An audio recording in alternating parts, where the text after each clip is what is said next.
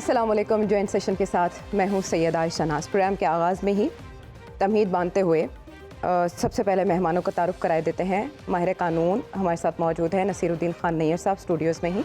General retired गुलाम मुस्तफ़ा मुझे video link पर या स्काइप पे ज्वाइन करने जा रहे हैं। अतर काज़मी और अनम बशर हस्ब मामूल मेरे प्रोग्राम का हिस्सा हैं।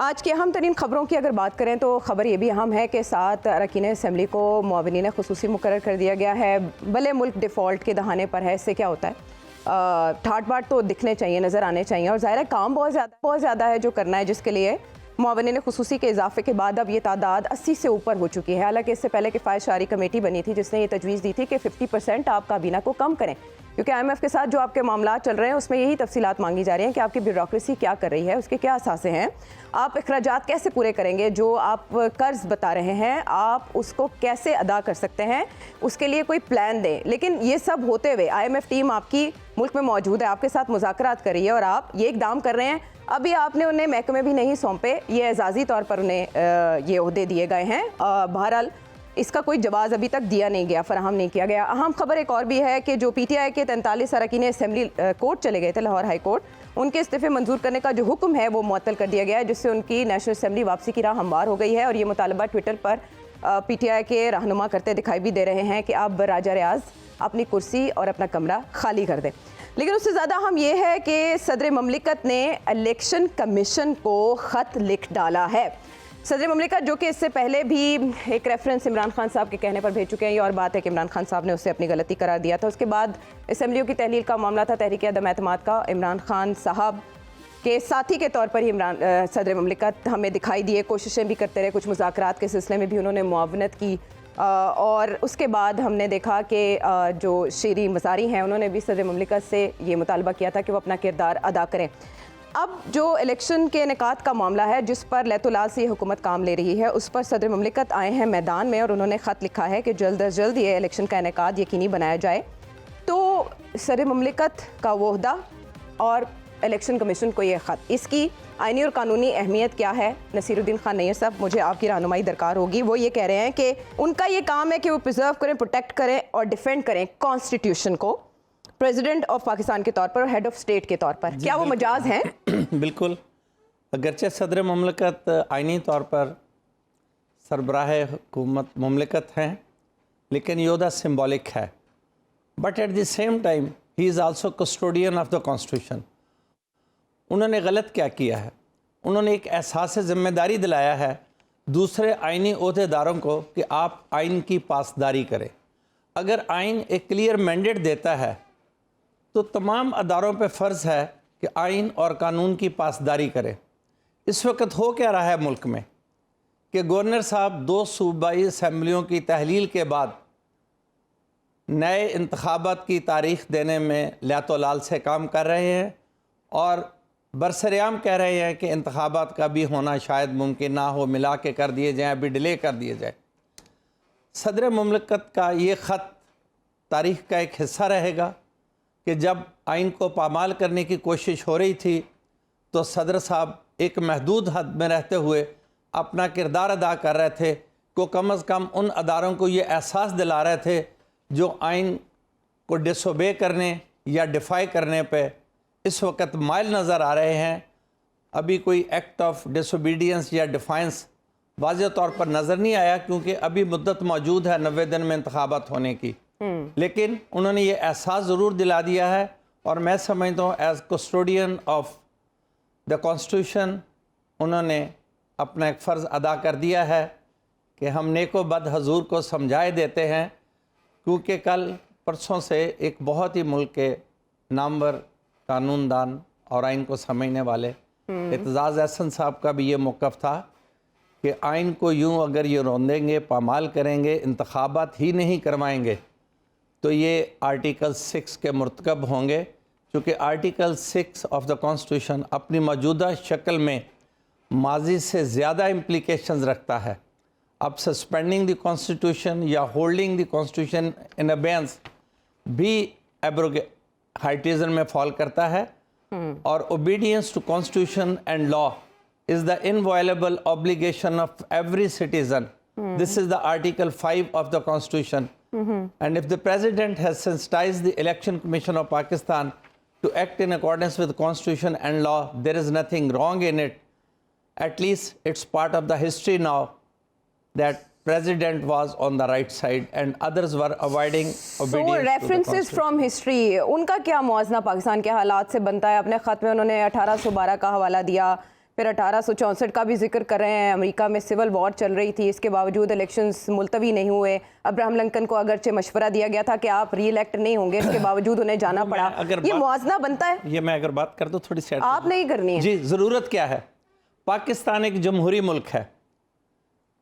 इस मुल्क को मुंतखब नुमाइंदों ने गवर्न करना है और मुंतखब नुमाइंदों का मतलब है अवाम की हुकूमत, यानी हक़ हुक्मरानी अवाम के पास है और हक़ हुक्मरानी अवाम इस्तेमाल करेंगे थ्रू देयर चोज़न रिप्रेजेंटेटिव्स। और अगर अवाम को उनके हक़ हुक्मरानी से महरूम किया जाएगा तो इससे बड़ी आइन की खिलाफ वर्जी क्या होगी? आइन का बिल्कुल स्ट्रक्चर ही पामाल हो जाएगा। अगर आप अवाम से हक़ हुक्मरानी छीन लेंगे, अवाम के पास हक़ हुक्मरानी सिर्फ उसी शक्ल में महफूज रहेगा जब उनके मुंतखब नुमाइंदों के पास हक़ हुक्मरानी होगा। अगर आप केयर टेकर्स अपॉइंट करने के बाद, मैं एक मिसाल देता हूँ, इलेक्शंस को इंडेफिनिट पीरियड तक डिले कर देते हैं तो केयर टेकर्स के पास 90 दिन के बाद हक़ हुक्मरानी है क्या? किस बुनियाद पे वो ऑफिस को रन करेंगे? कहाँ से आइनी जस्टिफिकेशन लाएंगे? लेजिटिमेसी क्या होगी उनकी? ठीक है। ये इतने सारे मामलात को खोलने की बजाय बात का सीधा हल है। गवर्नर साहब इधर उधर से खतूत लिख रहे हैं, वो तेरा हुस्न छेड़ता है, पहलू बदल बदल के वाला मामला है। गवर्नर साहब से यही रिक्वेस्ट है, अपना सीधा सीधा आईनी फ़र्ज़ अदा कीजिए, अवाम को अपने मुंतखब नुमाइंदे चुनने का हक दीजिए। फिर जिसकी हुकूमत ये करारदाद मकासद भी यही कहती है और सदर साहब ने इसका हवाला भी अपने खत में दे दिया। राना साहब, सदर लिख रहे हैं इलेक्शन कमीशन को अवाम से क्यों छीना जाए? Not even for a day. जी, ये सवाल सही जगह पर पहुंचना चाहिए। अच्छा राना साहब, सदर लिख रहे हैं खत इलेक्शन कमीशन को। अब वो इलेक्शन कमीशन जो है वो गवर्नर्स जो है इलेक्शन कमीशन को खत लिख रहे हैं, यानी गेंद सलीमुल्लाह से कलीमुल्लाह, कलीमुल्लाह से वापस सलीमुल्लाह। इससे आगे बात आपको बढ़ती कहाँ दिखाई दे रही है? पीडीएम भी फैसला कर रही है कि वो अदालत जाएगी इलेक्शंस के इल्तवा के लिए कि हालात ऐसे नहीं है कि इलेक्शंस का इनेकाद हो। पीटीआई ऑलरेडी अदालतों में बैठी है, तो फिर आइन की तशरीह का काम अदालतें ही करेंगी। समीउल्लाह से कलीमुल्लाह, कलीमुल्लाह से समीउल्लाह और उसके बाद डी में पहुंच के गोल नहीं हो रहा। मैं तो ये देखना चाहता हूँ कि गोल होगा कब। तो गोल होगा तो सारी बात बनेगी। ठीक है, सदर मुमलिकत ने अपना जो आइनी इख्तियार था उसको इस्तेमाल कर दिया, but then again if there are any ifs and buts कि जनाब होने चाहिए नहीं होने चाहिए, ये प्रॉब्लम है, फंड्स नहीं है। फंड्स तो वैसे मुतय्यन कर दिए जाते हैं, फंड्स मौजूद हैं इलेक्शंस के लिए, तो वो उसका इशू नहीं है, फंड्स का इशू नहीं है। टू बी वेरी ऑनेस्ट, ये जो कहा जाता है ना कि जी फंड्स नहीं है, पैसे नहीं है इलेक्शन कराने के लिए पैसे हैं, उसका इशू नहीं है, बिल्कुल नहीं है। मसला ये है कि जनाब जिस वक्त जो हुक्मरान बैठे हुए हैं उन्हें बिल्कुल नज़र आ रहा है कि अगर वो इलेक्शन की तरफ गए, चाहे वो अगले 90 डेज में गए, चाहे अगले जनाब कम से कम 4 महीने में गए, जो भी उन्हें टाइम पीरियड नज़र आता है जिस टाइम पीरियड में वो समझते हैं कि इलेक्शन की तरफ जाया जा सकता है, they are trying to stretch it. अगर वो इलेक्शन की तरफ जाते हैं तो it's going to be a situation for them, वो इलेक्शंस नहीं जीत सकते। सो सिंपल सी बात है। सो उसको कैसे जिताया जाएगा, किस तरीके से जिताया जाएगा, मुझे नहीं पता, लेकिन द पॉइंट इज कि इस वक्त अगर इलेक्शंस होते हैं और इलेक्शन की तरफ जाया जाता है तो कम से कम ये 2 सूबे जो हैं वहां पे उनके लिए बहुत सख्त टफ टाइम मिलेगा उनको, और पीटीआई उनको बहुत टफ टाइम देगी, डिस्पाइट द फैक्ट कि किसी वक्त भी इमरान खान डिस्क्वालीफाई हो सकते हैं, किसी वक्त भी इमरान खान डिटेन हो सकते हैं, हाउस अरेस्ट हो सकते हैं, कुछ भी हो सकता है इमरान खान को।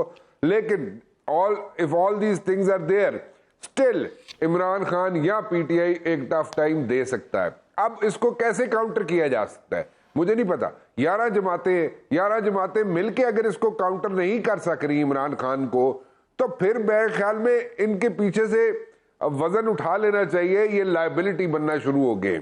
अगर ये लायबिलिटी बनना शुरू हो गए तो लायबिलिटी कोई भी नहीं पालता।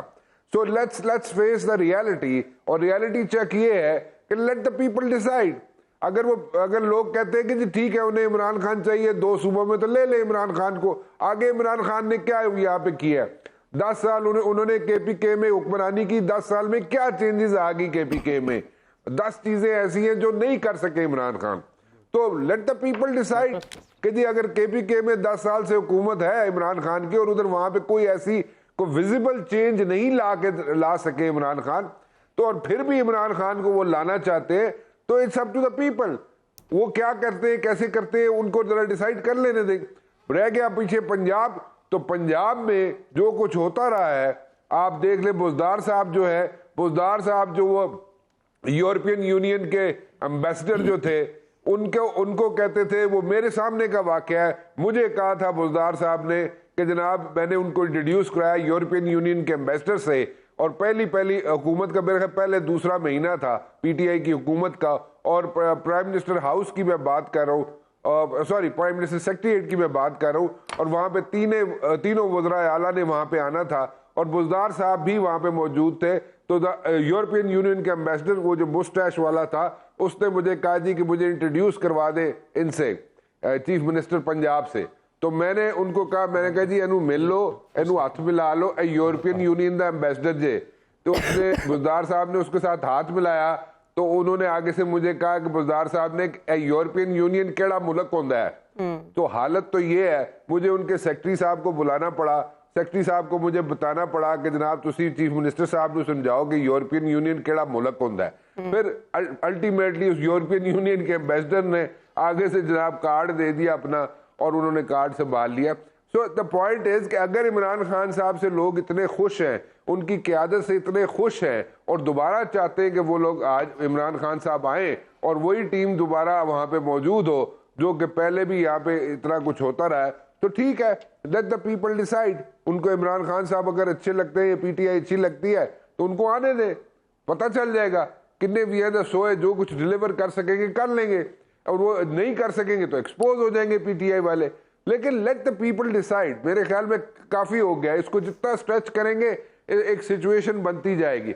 या तो कोई इतनी ऐसी बात हो कि जो वाकई बायबल हो कि जनाब वाकई इसको बाय किया जा सकता है और उस इंतखाबात को डिले किया जाना चाहिए, तो वो कोई हकीकत जो है, वो रीजन जो है, वो जब तक सामने नहीं आता, and it has to be a very very valid reason, वो वैलिड रीजन ये नहीं है कि आईएमएफ जो आपके साथ मुज़ाकरात कर रहा है उसे सियासी इस्तेहकाम चाहिए, आप मुल्क में इलेक्शन ही कराते रहेंगे तो वो पॉलिसीज का तसलसल कहां से लाएंगे? क्या ये वायबल नहीं है रीजन, राना साहब? देखें पॉइंट इज, देखें पॉलिटिकल स्टेबिलिटी की बात कर रहे हैं ना आप, तो पॉलिटिकल स्टेबिलिटी जो है वो पॉलिटिकल स्टेबिलिटी अगर इलेक्शन से आती है तो करा दें इलेक्शन। आपने कल कहा था कि इलेक्शन से आ जाएगी, यही तो बात है ना, यही तो कैच है, आ जाएगी इलेक्शन से stability. $1 million question in Pakistan is right now election से स्टेबिलिटी नहीं आएगी। नहीं, मैं आपको बता रहा हूँ कि इलेक्शन से स्टेबिलिटी नहीं आएगी, और ये जो भी हुकूमत आएगी और वो कहेगी जनाब कि मेरे पास यहाँ पे इकॉनमी को स्ट्रेटन अप करने का या इसको सीधा करने का कोई रास्ता या कोई मॉडस ऑपरेंडी मौजूद है, तो आप पूछ लें उनसे कि जी केड़ा रास्ता है ताड़े को, सानू दस दो, सानू शेयर कर लो। ठीक है, आप ऑन एयर नहीं शेयर करना चाहते, आप समझते हैं कि आपके जो तरीका कार है वो एक्सपोज हो जाएगा और दूसरे जो है इस वक्त जो हुक्मरान है उसको बाय कर लेंगे और वो उस पर अमल दरामद करके इकॉनमी सीधी कर लेंगे। तो आप हमें ऑफ कैमरा बता दें, हमें वैसे बता दें कि आपके पास क्या मॉडस ऑपरेंडी है। तो आई पर्सनली थिंक कोई इनके पास स्ट्रेटजी नहीं है, सिर्फ ब्लेम गेम चलेगी, और जो भी हुकूमत आ जाए, चाहे पीटीआई की आए, चाहे मुस्लिम लीग नून की आए, चाहे पीपल्स पार्टी की आए, चाहे जिसकी भी आए, इनके पास कोई हल नहीं है, कोई मॉडस ऑपरेंडी नहीं है, कोई वे फॉरवर्ड नहीं है।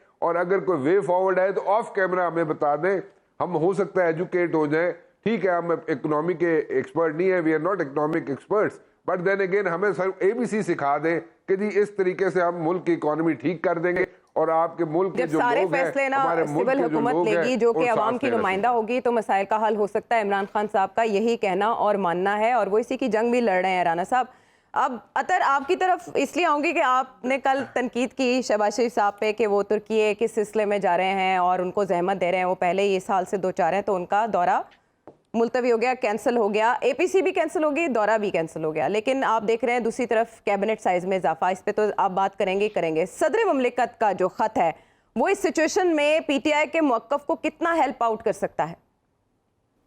देखिए, ये पीटीआई का मौकिफ या किसी जमात का मौकिफ उसका मसला नहीं है, ये आइन और कानून का मसला। आइन के अंदर लिखा है कि आपने 90 दिन के अंदर इलेक्शंस करवाने, और अब इसमें तौजियात किस किस्म की पेश की जा रही है, एक्सक्यूजेस क्या बनाए जा रहे हैं कि जनाब इकॉनमी ठीक नहीं है, पैसा नहीं है, और वो लोग इसमें एक्सक्यूजेस बना रहे हैं जो कुछ दिन पहले तक मुझे और आपको खुशखबरी सुना रहे थे कि हमारी सफारतकारी इतनी कामयाब हो गई है कि पाकिस्तान के वजीर आजम जिनेवा गए थे और वहां से 10 अरब डॉलर लेके आ रहे हैं, और एक दोस्त मुल्क से 15 अरब डॉलर की इन्वेस्टमेंट आ रही है। और अब वही दोस्त बता रहे हैं कि नहीं नहीं जनाब, मुल्क के अंदर तो हालात ये हो चुके हैं कि इलेक्शन करवाने के पैसे नहीं है, और हुकूमत का भी यही मौकिफ है। तो बुनियादी तौर पे इलेक्शन से फरार है, इलेक्शन से भागना है, जो मर्जी हो जाए, इलेक्शन नहीं करवाने। उसके लिए वो मुख्तलिफ किस्म की तौजियात पेश कर रहे हैं। जिस तरह आपने जिक्र किया कि तुर्की जाने का फैसला, अब आप खुद सोचें अगर इस तरह का फैसला पिछली हुकूमत के अंदर हुआ होता तो आज मीडिया में किस तरह का शोर होना था,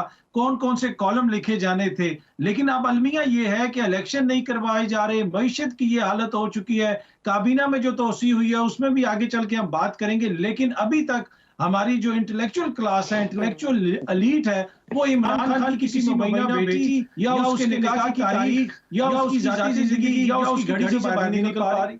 ये क्या वो इस मुल्क के मसाइल हैं? देखिए हुआ क्या, एक बड़ा ऐसी चीज हुई है कि जो इस हुकूमत के मुखालफीन या बुनियादी तौर पे कह लें पाकिस्तान तहरीक इंसाफ या पीटीआई, वो ये इल्जाम लगाते रहे कि पीपल्स पार्टी या फिर नून लीग की जो हुकूमतें थी वो नाअहल हुकूमतें थी, उन्होंने इस मुल्क का बेड़ा गर्क कर दिया।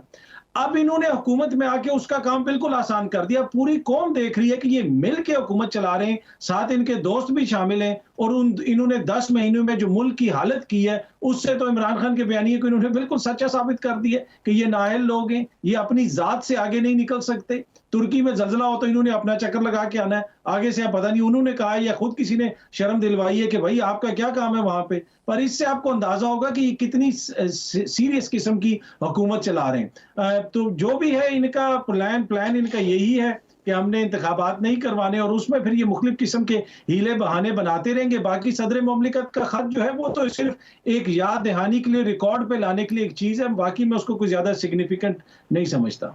ठीक है, आपका आखिरी जुमला और इसी को लेके जनरल साहब की तरफ जाएंगे। जनरल साहब, ख़त की हम आईनी हैसियत पे भी बात कर रहे हैं। उन्होंने इलेक्शन कमीशन को उनकी जिम्मेदारियां भी याद कराई हैं, आईने पाकिस्तान के करारदाद पाकिस्तान के हवाले भी दिए हैं, फिर अमेरिका की तारीख का तस्करा किया है कि वहाँ जो दुनिया की कदीम एक डेमोक्रेसी है वहाँ पर ये रिवायत रही है कि खाना जंगी के दिनों में भी वहाँ अल्तवा नहीं किया गया। और फिर हालिया तारीख की बात करते हुए उन्होंने कहा कि अगर कॉन्स्टिट्यूशनली मैंडेटेड इलेक्शंस को आप मुलतवी करते हैं तो उससे जमहूरियत को लॉन्ग टर्म में नुकसानात होते हैं। तो ये सारी बातें इलेक्शन कमीशन को बावर कराने के लिए काफ़ी नहीं है, या अभी भी हुकूमत का जो अल्तवा की कोशिशें हैं वो कामयाब हो सकती हैं? देखिए, दो पहलू हैं इसके। नंबर एक, सदर मुमलिकत को जो पाकिस्तान का हाईएस्ट ऑफिस है उनकी ज़रूरत क्यों पेश आ रही है, और दूसरा पहलू ये है कि इलेक्शन कमीशन में जो लोग बैठे हुए हैं कि वो इतने नासमझ हैं कि वो मामलात को नहीं समझ रहे। और इसके साथ जुड़ा हुआ जो पहलू ये है, क्या इलेक्शन कमीशन जिसको खुद एक इंडिपेंडेंट एक इदारे के तौर पे काम करना चाहिए, कि वही एक इदारा है जो इलेक्शन के फेयरनेस पे यकीनी बना सकता है, अगर वो ये पार्टिसान रोल अदा कर रहा है तो वो क्यों कर रहा है? वो सदर मुमलिकत ने मेरा ख्याल में बहुत ही अच्छा किया। एक तो ये कि इसको बात को रिकॉर्ड ले आए हैं। दूसरा, अगर इलेक्शन कमीशन के अंदर से ऐसी हिस्ट्री की शायद, क्योंकि पाकिस्तान में अनफॉर्चुनेटली पढ़ने वाले लोग बहुत कम है, तो मुझे लगता है यूँ कि इलेक्शन कमीशन वालों को ये भी नहीं पता कि दूसरी जंग अजीम में जब ब्रिटेन में शदीद बमबारी हो रही थी, इलेक्शन तब भी हो गए थे उस वक्त। तो उसके बावजूद अगर इलेक्शन कमीशन अपनी आंखें बंद करके सिर्फ इसलिए कि वो नॉन पार्टिसान नहीं है, ये क्रिटिकल चीज जो सामने आ रही है कि इलेक्शन कमीशन नॉन पार्टिसान नहीं रहा, वो किसी के इशारे पे काम कर रहा है। वो इशारा कौन सा है? आप जो पीडीएम की हुकूमत है, जो हमारे वज़ीर आज़म जो है, वो मिलके सब मिलके अब वो इलेक्शन से भागने के लिए इलेक्शन कमीशन को इस्तेमाल किया जा रहा है। और उसकी जो तौजीहात पेश की जा रही हैं उनकी अगर आप ग्राउंड रियलिटी देखिए तो उससे बहुत मुख्तलिफ है।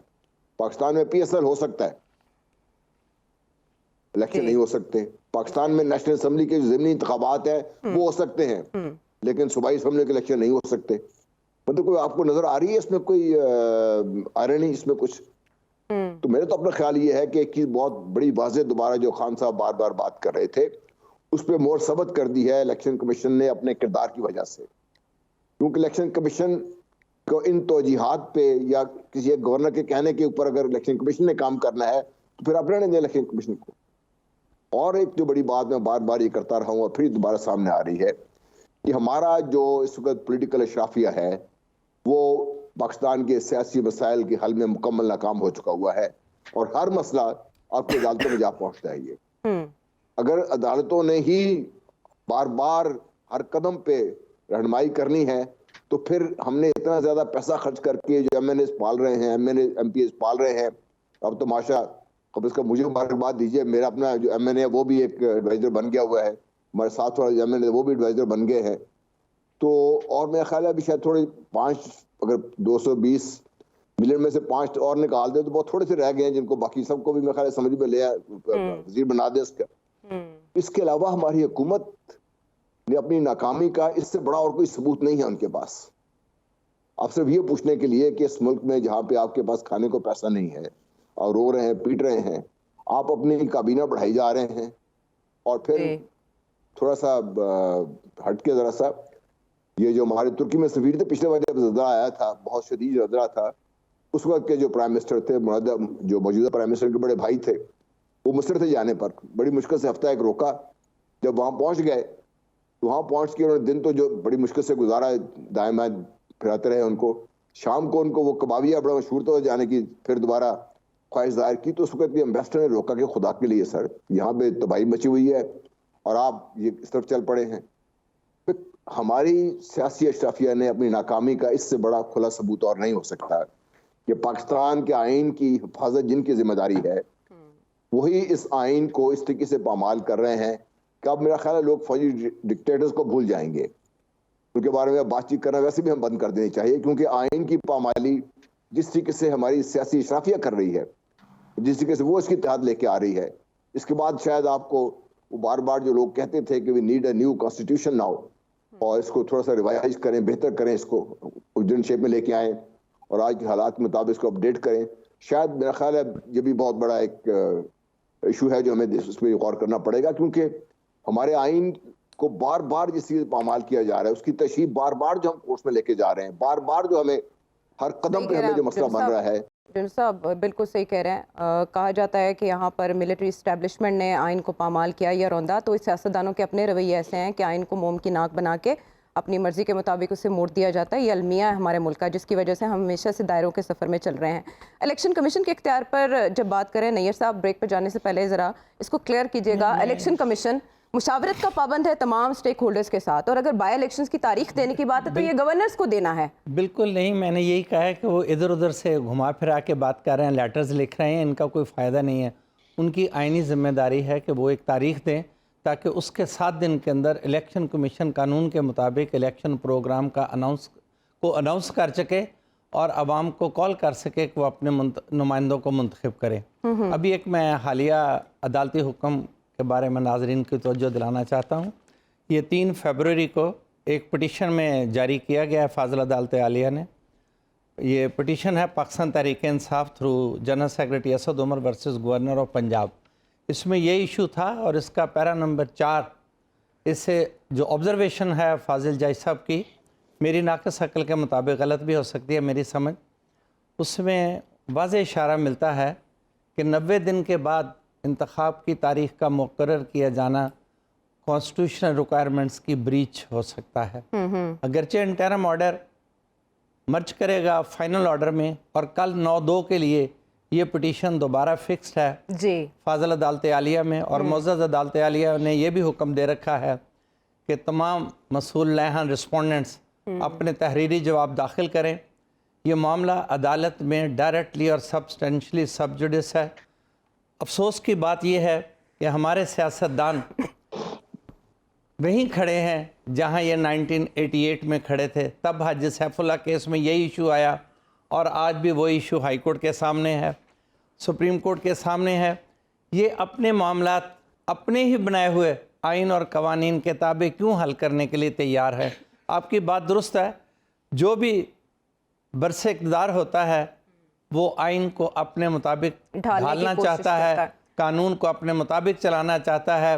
बात मैंने पहले भी वही की थी, हर आदमी की इनवॉयलेबल ऑब्लिगेशन है obedience towards constitution and law. जब आपने एक कॉन्स्टिट्यूशन बना लिया तो उसकी अमलदारी को यकीनी बनाए, ना कि उसकी अमलदारी के रास्ते में रोड़े अटकाएं। ठीक है। ये जो ऑब्स्ट्रक्शंस क्रिएट की जा रही हैं और रोज़ एक बहाने बनाए जा रहे हैं, और एक और फीलर छोड़ा गया कि जी अपोजिशन की जमायतें सुप्रीम कोर्ट में या किसी और कोर्ट में इलेक्शन डिले करवाने के लिए जा रही हैं। जी भाई अदालत आलिया और अदालत उज़्मा ये हुक्म तो दे सकती हैं कि आइन की अमलदारी को यकीनी बनाया जाए, कानून की पासदारी को यकीनी बनाया जाए।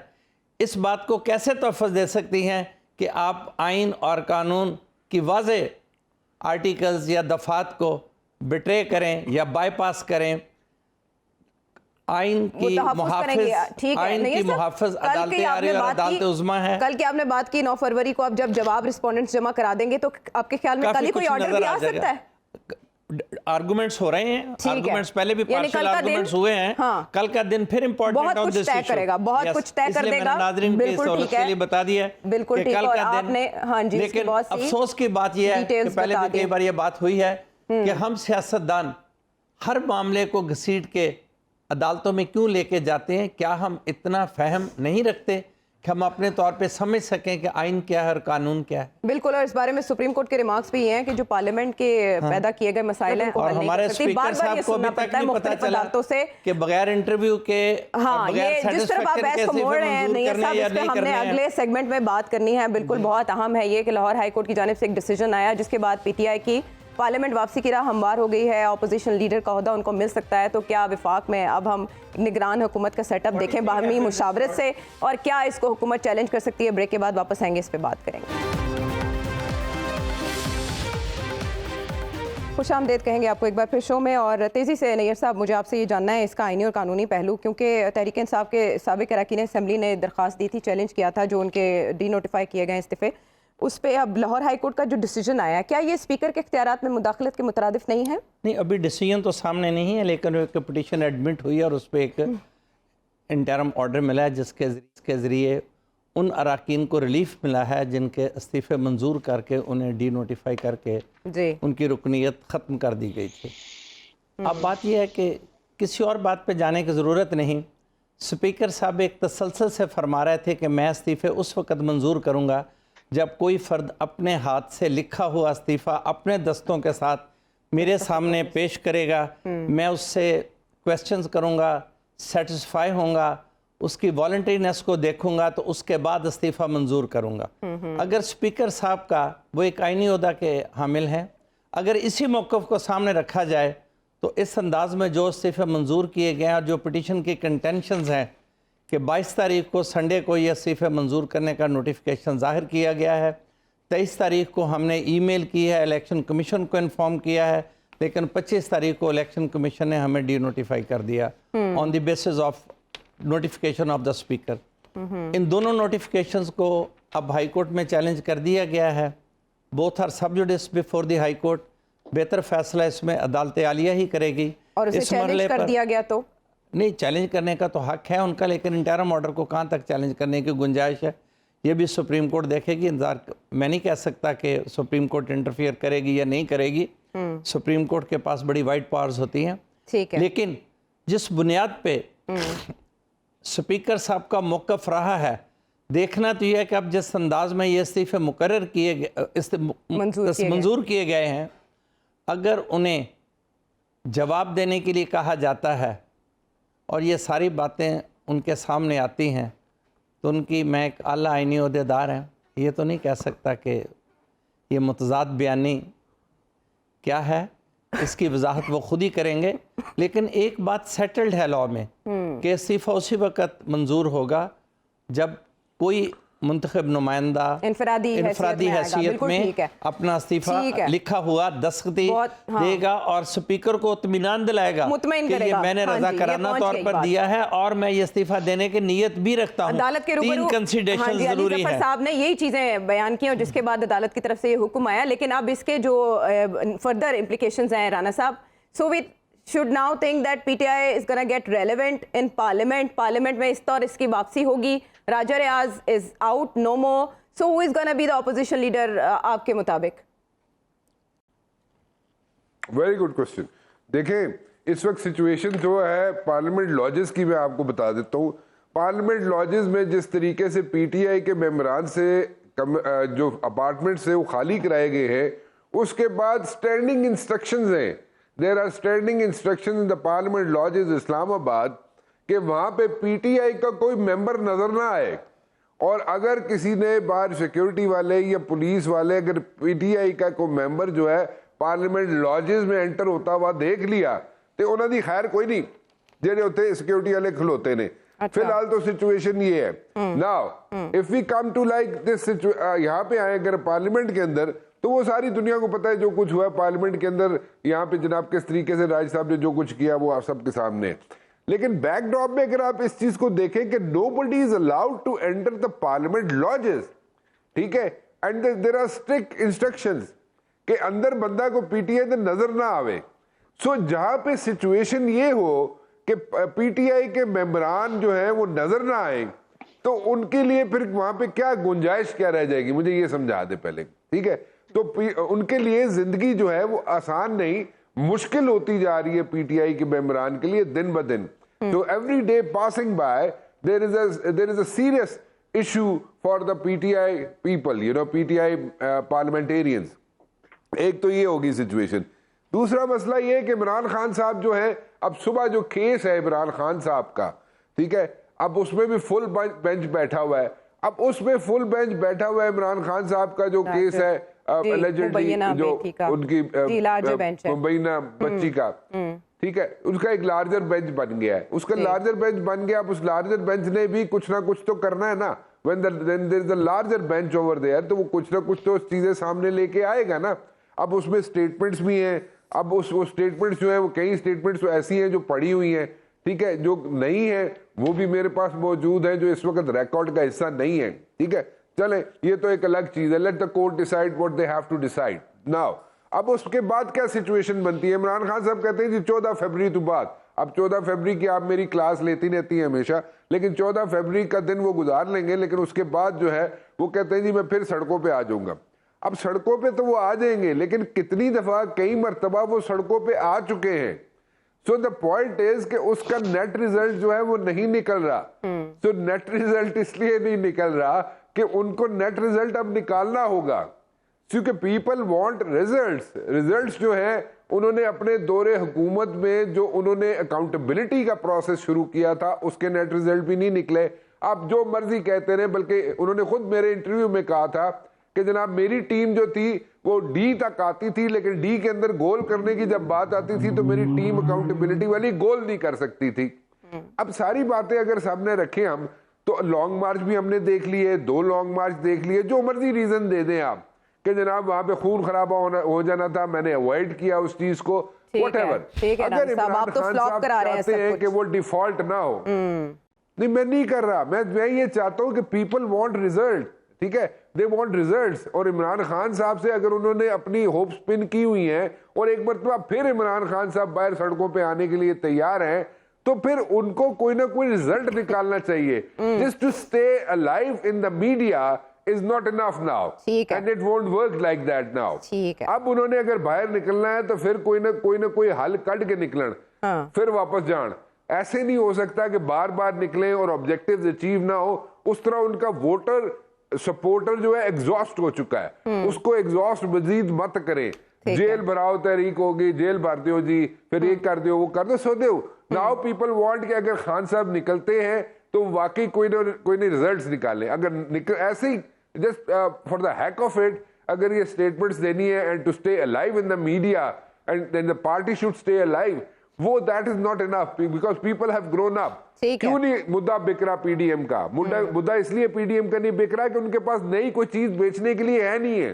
इसी तरह अगर इमरान साहब जो है वो दोबारा इस तरह की चीजें करते रहेंगे तो time will come, the voter the supporter will say यार बस ठीक हो गया यार, बस ही करो, रहने दियो, बस खैर में रही है बस, ठीक है। अच्छा, तो सड़कों पे तो जो चीज करनी है उसको एंड रिजल्ट तक लेके, हाँ ठीक है, ये तो आपने दिखा दिया आईना कि क्या हो सकता है सड़कों पे निकलने की सूरत में। लेकिन अतर इसमें जो वापसी पार्लियामेंट की वापसी का रास्ता दिखाई दिया, ये बड़ा खुश आइंद है, क्योंकि इमरान खान साहब दोनों सूबों में निगरान सेटअप के हवाले से अपने तहफ़्फ़ुज़ात का बार बार इजहार कर रहे हैं। विफाक में अगर अब निगरान सेटअप की बुनियाद बनेगी तो वो गैर जानिबदार हो सकता है इस सूरत में कि पीटीआई वहाँ अपोजिशन में होगी और फवाद चौधरी साहब भी, असद उमर साहब भी इसको वेलकम कर रहे हैं। एक तरफ ये बात कि पार्लियामेंट में वापसी के लिए वो कह रहे हैं स्पीकर नोटिफिकेशन जारी कर दे, और दूसरी तरफ आज पार्लियामेंट का मुश्तरका इजलास जिसके एजेंडे पे दहशतगर्दी भी थी, जिसके एजेंडे पे पाकिस्तान की माशी सूरत हाल भी थी, उसका पीटीआई ने बाइकआउट कर दिया। ये कैसा रवैया है? देखिए, ये बड़ा जरूरी है कि हम समझें कि इस वक्त मुल्क के अंदर हालात क्या हैं। देखिए, कोई एक ऐसा मुल्क जिसमें हालात, हमारे जैसा मुल्क जिसमें हालात इस नहज पे पहुंच चुके हैं कि कहा जा रहा है कि हम अगले आने वाले दिनों में पेट्रोल नहीं होगा, आवाम की बुरी हालत हो चुकी है, IMF आपके ऊपर मुख्तलिफ शराइत लगा रहा है, उस मुल्क के अंदर वजीर आजम साहब एक दिन उठते हैं और जो पहले ही 80 के करीब काबीना उसमें मजीद इजाफा कर देते हैं जी। क्या किसी हकीकी जमहूरी मुल्क में या कोई हकीकी जमहूरी हुकूमत ऐसा सोच सकती है? वो कभी नहीं सोच सकती। अब इन्होंने क्यों ऐसा किया, ये समझना बड़ा जरूरी है। ये बंद कमरों में बनने वाली हुकूमत है। इनको भी पता है कि जो ही इलेक्शन होंगे, जब हम अवाम के पास जाएंगे, इनको अपना मुस्तकबिल नजर आ रहा है, तो इनको उस चीज की कोई परवाह नहीं है। ये जिस ढिठाई से, मैं वर्ड यूज नहीं करूंगा, बेशर्मी सख्त वर्ड है, लेकिन जिस ये कॉन्फिडेंस से ये सब काम कर रहे हैं उसकी आपको नजीर नहीं मिलती। सबको पता है कि इन्होंने इलेक्शन के अंदर रखना डालना है, सबको पता है कि ये बहाने ढूंढ रहे हैं कि इलेक्शन को ना किसी तरीके से पोस्टपोन किया जाए, और जो बातें हम 1 महीने से कर रहे हैं वही इनके गवर्नर खत लिख रहे हैं। आज अभी डॉन न्यूज ने रिपोर्ट किया कि IG पंजाब ने ACP को कहा है कि जब तक दहशतगर्दों के खिलाफ ऑपरेशन मुकम्मल नहीं होगा तो इलेक्शन करवाना मुमकिन नहीं हो सकेगा। ये IG पंजाब साहब ने अब ये फरमाया। तो आप इससे देख लेना कि ये एन स्क्रिप्ट के मुताबिक और इंतहाई ढीठ बन के ये सब कुछ किया जा रहा है, इसलिए कि इन लोगों का ना आवाम से ताल्लुक है, ना अवामी मैंडेट इनके पास है, तो ये उसके मुताबिक सब कुछ कर रहे हैं। और दूसरा, इनको देखें आप, एक और मैं आपको मिसाल देता हूँ, ये वो लोग हैं जिनकी छोटी से छोटी और बड़ी से बड़ी सर्जरी या इलाज बैरून मुल्क होता है, लेकिन इनकी ख्वाहिश क्या है कि पाकिस्तान के अंदर जो गरीबों के लिए सेहत कार्ड है उसको बंद कर दो। ये हमने कॉल सुनी जिसमें कहा गया कि इमरान खान के पास एक सेहत कार्ड के अलावा है क्या, उसको बंद कर दें। अभी उन्होंने उसकी फंडिंग भी मुअत्तल कर दी है। तो ये वो हैं जिनको आवाम का कोई परवाह नहीं है, क्योंकि ये अवामी वोट लेके नहीं आई हुई, ये बंद कमरों में बनने वाली हुकूमत है। जब इसको हम समझ जाएंगे तो इनका हर फैसला आपको समझ आ जाएगा, आपको उसकी मंतक समझ आएगी, उसकी लॉजिक समझ आएगी। आखिर में छोटी सी चीज, जहां तक जो इस्तीफे मंजूर होने का ताल्लुक है, लाहौर हाई कोर्ट का फैसला है, आप देखते हैं चीजें किस तरफ आगे जाती हैं। देखिए, राजा परवेज अशरफ साहब ने सिर्फ शायद ये नहीं कहा था कि जनाब जब इस्तीफा दे रहे हो तो या करंडी या बोस्की का सूट पहना हो, अदरवाइज इस्तीफा मंजूर नहीं होता। उसके अलावा तमाम उन्होंने शराइत रख दी थी और फिर उन्होंने इस्तीफे मंजूर भी कर लिए। किस तरह किए वो उसको भी समझने के लिए आपको जो मैंने पहले बताया है कि ये लोग जिस ढिठाई से सब कुछ कर रहे हैं उसको आप समझें। इनका आइन कानून से कोई ताल्लुक नहीं है, इनके जहन में एक मॉडल है, ये बस उस मॉडल के मुताबिक चलते जा रहे हैं। ठीक है, अतर के तजिए की खूबी है कि बहुत भिगो के मारते हैं और सर्दियों में ठंडे पानी में भिगो के मारते हैं। अतर, आपने जो आखिरी बात कही वो बड़ी मज़ाक़ ख़ेज़ है और बाकी ज़ाहिर है इस पर अगर शर्म हो आपके पास, तो आप अपने आर्ग्यूमेंट पे खुद शर्मिंदा हो सकते हैं। जिन्होंने ये बातें की थी कि ऐसे होना चाहिए और बाद में किया उसके बिल्कुल बरक्स, तज़ादात है हमारे कॉल ऑफ फेल में और हम ये देख रहे हैं बड़े पैमाने पर। जनरल साहब, आज पार्लियामेंट का मुश्तरका सेशन, आइडियली तो ये होना चाहिए था कि पाकिस्तान तहरीक इंसाफ अपने ज़ाती मफादात को, जितने तहफ़्फ़ुज़ात हैं उनको पसे पुश डाल के आज इजलास में शिरकत करती है। अगर आज़ाद कश्मीर के वज़ीर आज़म आके शिरकत कर सकते हैं, एक तो ये होना चाहिए। दूसरी तरफ IMF के साथ जो मुआहदा होने जा रहा है, कल तक आ जा रहा है, वो फाइनल हो जाएगा। पार्लियामेंट इन सेशन हो और IMF की सारी डिटेल्स पार्लियामेंट में रख के उस पर बात की जाए, बहस की जाए, ताकि अवाम को भी पता चले कि उनके मुस्तकबिल के हवाले से क्या फैसले लिए जा रहे हैं, उनके ऊपर जो बोझ पड़ा है वो किसकी वजह से पड़ा है। तो जो इतनी बड़ी कैबिनेट है, इस पर उठने वाले अखराजात रिकॉर्ड पे लाए जाए, वो भी एक वेबसाइट हो जिसपे मैं भी जाके देख सकूं कि कितने में पड़ी हमें काबीना और वो हमारे कौन से मसाइल हल कर रही है। देखिए, इससे बड़ा क्वेश्चन जो अभी सामने जो मेरे नजर में आ रहा है वो ये है कि जब आप देखते हैं कि हमारे जो सियासी अशराफिया है वो मुल्क के सियासी मसाइल खुद हल करने में नाकाम है और बल्कि अपने इक़्तिदार को दुआम देने के लिए हर उस ट्रिक का इस्तेमाल कर रही है जो नहीं होनी चाहिए किसी भी जमहूरियत में, अगर हम जमहूरियत यकीन रखते हैं। तो जिस तरह अभी राना साहब भी कह रहे थे और हम सब भी ये फील कर रहे हैं, अगर अवाम ने इन सब पे एतमाद ख़त्म कर दिया, अब तो अवाम को उम्मीद है खान साहब आएंगे तो शायद हालात बेहतर हो जाएंगे, मीडिया वाले समझते हैं कि उनके सपोर्टर्स को ये उम्मीद है कि हम हालात बेहतर कर लेंगे। लेकिन जिस दिन अवाम ने ये फैसला कर लिया है कि सारे बिल्कुल किसी काम के नहीं है, ये हमारे मसाइल हल नहीं कर सकते, हमारे लिए मसाइल बना रहे हैं, पढ़ा रहे हैं। उस दिन अगर अवाम ने मामलात अपने हाथ में ले लिए, और जो ज्यादा देर नहीं है, ज्यादा दूर नहीं है इसमें, ये मत बोलिए कि हमें शायद बहुत हमारे पास स्पेस है इस चीज की, टाइम है हमारे पास।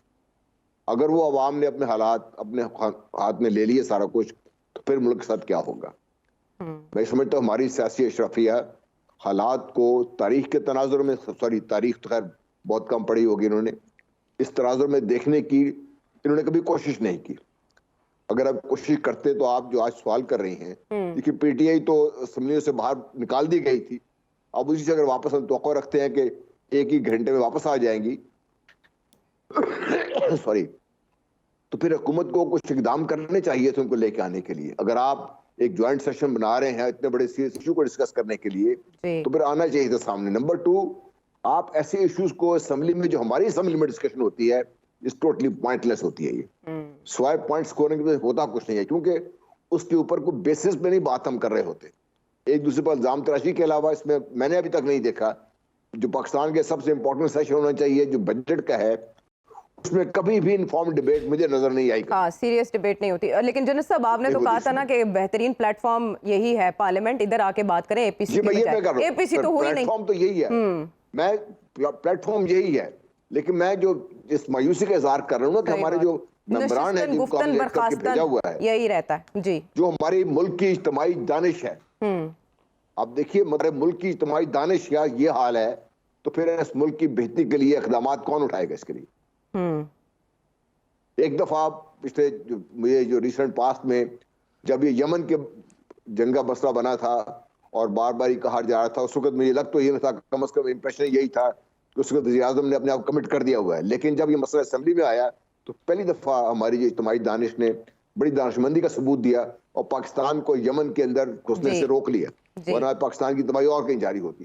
तो आप खुदा के लिए इस पार्लियामेंट को, जो हमारी इज्तिमाई दानिश है, को अकल इस्तेमाल करके सामने आ जाएं, जिसमें खतरे का इजहार कर रहा हूं। अगर अवाम ने अपने जो उनकी उम्मीदें हैं वो दम तोड़ गई तमाम लीडरशिप के ऊपर, तो फिर अवाम को मसाइल जो सब कुछ अपने हाथ में लेना पड़ेगा, मजबूरी है। बिल्कुल ठीक। कोई आदमी अपने बच्चों को भूखा नहीं दे सकता, कोई बंदा अपनी माँ को, बाप को बीमार नहीं देख सकता। बिल्कुल ठीक है। अब तो दवाई लेने के मसाइल बनते जा रहे हैं, दवाइयां मिल नहीं रही हैं, पैसे हो दवाइयां भी नहीं मिल रही इसके लिए। तो कोई बंदा ये नहीं देख सकता। जब लोग तंग आएंगे तो क्या करेंगे, ये अपने आप को मार देंगे, किसी और के पीछे पड़ जाएंगे इसमें। ठीक है, ठीक है। आप इज्तिमाई दानिश की बात कर रहे हैं, इनफरादी दानिश की कुछ बात हमें शाह महमूद कुरैशी साहब करते हुए दिखाई दी है। वो क्या कह रहे हैं वो बहुत अहम है। नैयर साहब वो कहते हैं, जो हम पे गुजरे थे रंज सारे, जो उन पे गुजरे तो लोग समझे। यानी अब पाकिस्तान तहरीक इंसाफ इस बात को रियलाइज़ करी है या सिर्फ शाह साहब का इनफरादी मौक़िफ़? ये उनका मौक़िफ़ है, लेकिन ये भी वाज़ेह कर देते कि वो पिटीशन जनाब इमरान अहमद खान साहब की थी जिस पर वो फैसला आया था पनामा का। अच्छा, शेख रशीद साहब कह रहे थे कि वो उनकी थी, उन्होंने ये क्लेम किया था। उनकी लगा, उनकी कह लें, शेख रशीद एक ही चले, आप कह रहे हैं एक ही सिक्के के दो रुख हैं। अब इन्हें ख्याल आया है कि वो फैसला गलत था या सही नहीं था, जब अपनी नहली इस वक्त एक मसला बन चुकी है। बात यह है कि आपने पहले भी कहा है, हमारे कौमी सियासतदानों में एक कंसिस्टेंसी नहीं है। हम क्या कह सकते हैं, ये इतने बड़े लोग हैं, कोई एक बार तो पार्लियामेंट में आए नहीं हैं कि कोई बातें इनके लिए काबिल फ़हम ना हों। सारी उम्र इनकी असम्बलियों में, वजारतों में, हुक्मरानी में गुजरी है। और बात हो रही थी, अच्छा, आपने नाहली का कहा, ज़रा नाहली के हवाले से बता तो दीजिए। आने वाले केसेस लार्जर बेंच का क्या, इमरान खान साहब तो कह रहे हैं लार्जर बेंच अच्छा है उनके लिए। नहीं, ये कोई भी किसी कोर्ट का डिसीजन प्रीएम्प्ट तो नहीं कर सकता, ना ही कोई प्रिडिक्ट कर सकता। बट केस की सेहत पे तो बात हो सकती है। But there are cases against Imran Khan, जिसके ज़रिए कम से कम मरीम नवाज की ख्वाहिश ये है कि किसी न किसी तरीक़ा से इन्हें नाअहल करार दे दिया जाए। और वो बड़े पुरज़ोर अल्फाज में तकाजा करती हैं कि इन्हें भी उसी तरह ना सिर्फ नाअहल करार दिया जाए बल्कि जेल भेजा जाए। और एक और बात हो रही, इसमें बात कर दूँ, APC, मैं नहीं समझता कि पार्लियामेंट के होते APC की क्या ज़रूरत है। आज जिन MNAs ने ये मौक़िफ़ इख्तियार किया है कि हमारे इस्तीफ़े गलत मंजूर किए गए हैं और हम अब भी कौमी असम्बली के रुकन हैं, उन्हें कौमी असम्बली में वापस जाना चाहिए। और जहाँ तक बात है इंसदाद दहशत गर्दी की, इस पे पहले एक नेक्टा के नाम से नेशनल काउंटर टेररिज्म अथॉरिटी बन चुकी है। उसका एक प्लान आया, फिर उसका रिवाइज प्लान आया। जी, ये बात पार्लियामेंट में जाके सब लोग करें कि जो रिवाइज प्लान था उसकी इम्प्लीमेंटेशन में क्या क्या फ्लॉज थे कि ये दोबारा ये प्रॉब्लम खड़ी हुई। और अभी जो अतर भाई कह रहे थे कि पंजाब के आईजी ने ये मौक़िफ़ अख्तियार किया है, पंजाब में कोई ऐसी सूरत हाल नहीं। माजी करीब में सिर्फ एक खानेवाल में वाक़या है टेररिस्ट एक्ट का। अगर इस इक्का दुक्का बातों को इंतखाबात के अल्तवा का बहाना बना लिया जाए तो मैं बड़ी मासूमियत से अर्ज़ करता हूँ फिर बलूचिस्तान में तो कभी इंतखाबात हो ही नहीं पाएंगे। वहाँ तो किसी न किसी तौर ऑपरेशन जारी ही रहता है और फोर्सेस एंगेज रहती हैं। हाँ। और कोई ना कोई एक्शन होता है। जनरल साहब बैठे हैं, मुझसे बेहतर समझते हैं तारीख़ को भी, हालात को भी, कि कोई वक्फा बता दें जब बलूचिस्तान में किसी न किसी फॉर्म में कुछ ना कुछ ना हो रहा हो और वहाँ टेररिस्ट एक्टिविटीज़ होती रहती हैं। Everybody knows it. ठीक है, ठीक है। अब नियत, अगर नियत सारा कुछ नहीं है, एक दो पहला मरा टेररिस्ट मालूम ही नहीं एक्टिविटीज़ है। का मतलब ये नहीं है ठीक कि है। आप कमजोर है उनका, ये उज़र कमजोर है। आप ये उज़र ही कमज़ोर है, बल्कि ये ना होने के बराबर है। कोई भी ऐसा उज़र ठीक जो है। आइन की वाज़ेह शिक से मुतसादम है उसे आइन और कानून तस्लीम नहीं कर सकते। ठीक है। जमहूरी इक़्तिदार का तकाजा है कि मुल्क में आइन और कानून की फ्यू अमलदारी सेकंड्स हो। लेफ्ट राना साहब, और शाह साहब का जो बयान है, स्टेटमेंट है, इससे नवाज शरीफ साहब का केस मजीद मजबूत नहीं हुआ?